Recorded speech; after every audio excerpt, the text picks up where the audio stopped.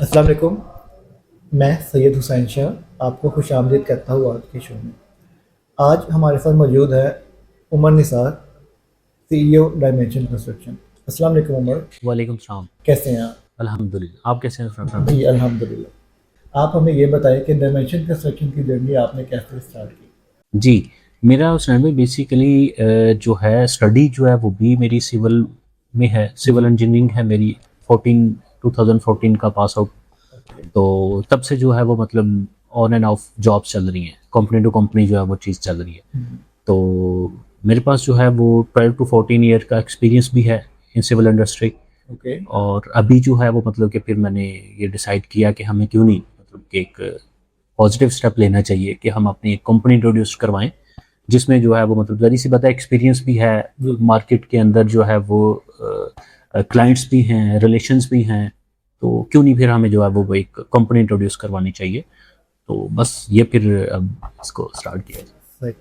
अच्छा, आप हमें ये बताइए कि कौन कौन से प्रोजेक्ट जो है आपने अभी तक किए हैं और किन किन के ऊपर आपकी अभी वर्किंग जारी है? जी, बेसिकली जो है वो मेरा जो जॉब एक्सपीरियंस है वो सबसे फर्स्ट प्रोजेक्ट जो है वो स्पोर्ट कम्प्लेक्स सिटी नारवल का है। ओके। एक मेजर प्रोजेक्ट है। और सेकेंडली जो है वो UCP Lahore, university of central Punjab, ये जौहर टाउन। जी जी। उसके बाद जो थर्ड पे है मोहम्मद अली जिन्ना यूनिवर्सिटी कराची। ओके। और इसी तरह से ही university of central Punjab Gujrat campus का। तो ये प्रोजेक्ट्स हैं। इसके अलावा बेशुमार प्रोजेक्ट्स हैं, तकरीबन मेरा ख्याल 30 टू 35 प्रोजेक्ट्स हैं जो कि मतलब मैंने अल्हम्दुलिल्लाह से कंप्लीट किए हैं। जिसमें डिफरेंट आपके हाउसेस, कमर्शियल और इंडस्ट्री जी सारे। जी जी, मेरे पास commercial high rise buildings okay. और रेजिडेंशियल और इंडस्ट्री के प्रोजेक्ट्स हैं। ओके। वो मैंने as a project director, as a project engineer जो है वो मतलब मतलब आपका डील किया। एक वास्ट एक्सपीरियंस है, जी, मतलब डिफरेंट प्रोजेक्ट के ऊपर। अल्हम्दुलिल्लाह। हाँ। ज़बरदस्त। और सेकंड जो है वो जो अभी करंटली डायमेंशन कंस्ट्रक्शन जो प्रोजेक्ट कर रही है, जी। इसमें एक मेरे पास हाई राइज प्रोजेक्ट है कमर्शियल 8 मरला का इतहाद टाउन में। ओके। एक जो है एक किनाल का प्रोजेक्ट है डीएचए ईएमई में लाहौर। एक जो एक किनाल का है वो बहरिया रेजिडेंशियल प्रोजेक्ट है। और इसी तरह से 5 मरला का रेजिडेंशियल एक है इतहाद टाउन में। ओके। तो ये अल्हम्दुलिल्लाह से अभी इनके ऊपर प्रोग्रेस चल रही है, प्रोजेक्ट्स चल रहे हैं। ये आपको मैं इंशाल्लाह विजिट भी करवाऊंगा। आप हमें ये बताइएगा कि डायमेंशन कंस्ट्रक्शन अपने क्लाइंट्स को और क्या क्या सर्विसेज जो है वो प्रोवाइड करते अच्छा, डायमेंशन कंस्ट्रक्शन जो है वो मल्टीपल सर्विसेज प्रोवाइड कर रही है। हैं? ओके। इसमें कंस्ट्रक्शन सर्विसेज हैं, इसमें आर्किटेक्चर सर्विसेज हैं। और थर्ड पे जो है इंटीरियर डिज़ाइन है, रेनोवेशन और रिमॉडलिंग है, कंसल्टेंसी है, प्रोजेक्ट मैनेजमेंट है, कॉस्टिंग है। और इसी तरह से जो है वो जो है एक स्पेशलाइज्ड वर्क्स हैं। स्पेशलाइज्ड वर्क जो है वो मीन्स के एचवीएसी, इलेक्ट्रिकल, पब्लिक हेल्थ और फायर फाइटिंग का काम होता है। मतलब आप वन रूफ सर्विसेज जो है अपने क्लाइंट को प्रोवाइड जी कर रहे जी हैं जी और उनको कहीं और जाने की जरूरत नहीं, सब कुछ आपको डायमेंशन कंस्ट्रक्शन के अंदर ही मिलेगा। जी जी बिल्कुल। मतलब एक क्लाइंट है, उसने डे वन से लेके टन की प्रोजेक्ट तक जो है वो उसने डायमेंशन कंस्ट्रक्शन से ही सारी सर्विसेज लेनी। वो मतलब हमने उसको सारे सॉल्यूशंस इधर ही देने। मतलब आपने जस्ट उसको चाबी देनी है कि जी ये जी आपका करते हैं। जी बिल्कुल। अब एक अहम सवाल, जी अगर कोई शख्स जिसने पहले कभी घर नहीं बनाया या उसका कभी कोई एक्सपीरियंस नहीं रहा जी। जैसे, तो उसको क्या स्टेप है वो करने चाहिए, इसके मुतालिक आप जरा गाइड। अच्छा, इसमें स्टूडेंट भाई वेरी करता है कि आपका प्लॉट कहाँ पे है। ओके। आपका प्लॉट अगर किसी सोसाइटी में है तो उसके रूल्स अलग हैं। अगर किसी कॉलोनी में है वो अलग है, अगर किसी टाउन में है तो वो अलग है। ठीक हो गया। ठीक है। अब फॉर एग्जांपल कि आपका आपका प्लॉट अगर सोसाइटी में है, तो सबसे पहले क्लाइंट प्लॉट बाय करने के बाद सबसे पहले जो प्रोसेस होता है वो ट्रांसफ़र का होता है। ट्रांसफ़र करना होता है उसने, ट्रांसफ़र अप्लाई करना करना होता है और फिर पोजेशन अप्लाई करना होता है। जब पोजेशन सोसाइटी दे देती है उसके बाद फिर उसके ऊपर प्लानिंग स्टार्ट होती है। प्लानिंग होती है, प्लानिंग के बाद इसका डिज़ाइनिंग फेस होता है, डिज़ाइनिंग फेस के बाद फिर ये एग्जीक्यूशन पे आता है। ओके। तो ये ज़बरदस्त हो गया। आप अब हमें ये बताएं कि डिज़ाइनिंग या ड्राइंग जो होती है वो क्यों ज़रूरी है, क्योंकि अक्सर हमने देखा है कि कुछ लोग होते हैं वो खुद ही इंटीरियर डिज़ाइनर बन के, मतलब जस्ट एक उन्होंने कॉपी ली, एक वाइट पेपर लिया, उस पर बना के कहते हैं ये डिज़ाइन हो गया। या अक्सर हम ये भी देखते हैं जो ठेकेदार होते हैं वो भी कुछ डिज़ाइनिंग फेज इसमें अपनी तरफ से डिज़ाइन बना देते हैं।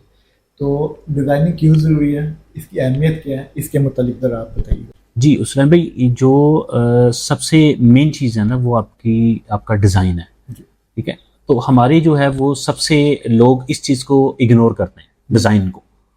तो डिज़ाइन बेसिकली दो तरह का होता है। ओके। एक जो होता है डिज़ाइन वो होता है सबमिशन ड्राइंग होती है, एक आपकी वर्किंग ड्राइंग होती है। ये दो एलिमेंट है, ठीक हो गया। ये समझना बहुत ज़रूरी है, कुछ क्लाइंट को नहीं पता होता। अब सबमिशन ड्राइंग जो होती है वो आपकी अप्रूवल को देखती होती है। अब Okay. अप्रूवल उसकी बेस पे हो रही होती है।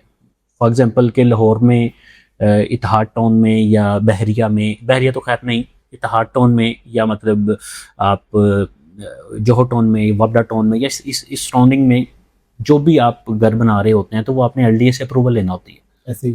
ठीक है, वो एलडीए में जो चीज़ सबमिट होती है, जो फाइल आपकी सबमिट होती है, जो ड्राइंग सबमिट होती है, वो सबमिशन ड्राइंग होती है। ठीक हो गया। दूसरा एलिमेंट होता है वर्किंग ड्राइंग। वर्किंग ड्राइंग और सबमिशन ड्राइंग जो है वो दोनों डिफरेंट चीज़ है। ठीक हो गया। जो वर्किंग ड्राइंग होती है वो आपकी एग्जीक्यूशन ड्राइंग होती है, उसके ऊपर आपने एग्जीक्यूट करना होता है। जो अप्रूवल ड्राइंग है वो आपकी सबमिशन ड्राइंग है। ये दो चीज़ें। तो डिज़ाइन एलिमेंट जो है वो मोस्ट इंपॉर्टेंट है।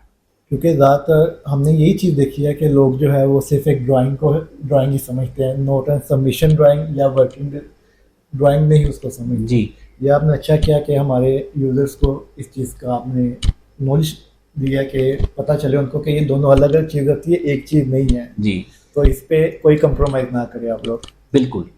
आप हमें अब ये बताइएगा कि ड्राइंग के बाद का क्या फेज है। बेसिक जब आपकी एलडीए से अप्रूवल हो जाती है तो उसके बाद जो है, जो एक सेंक्शन लेटर एलडीए इशू करता है, वो आपने फाइल सबमिट करवानी होती है सोसाइटी ऑफिस में। सोसाइटी उसकी बेस पे आपको फिर वो डिमार्केशन देती है।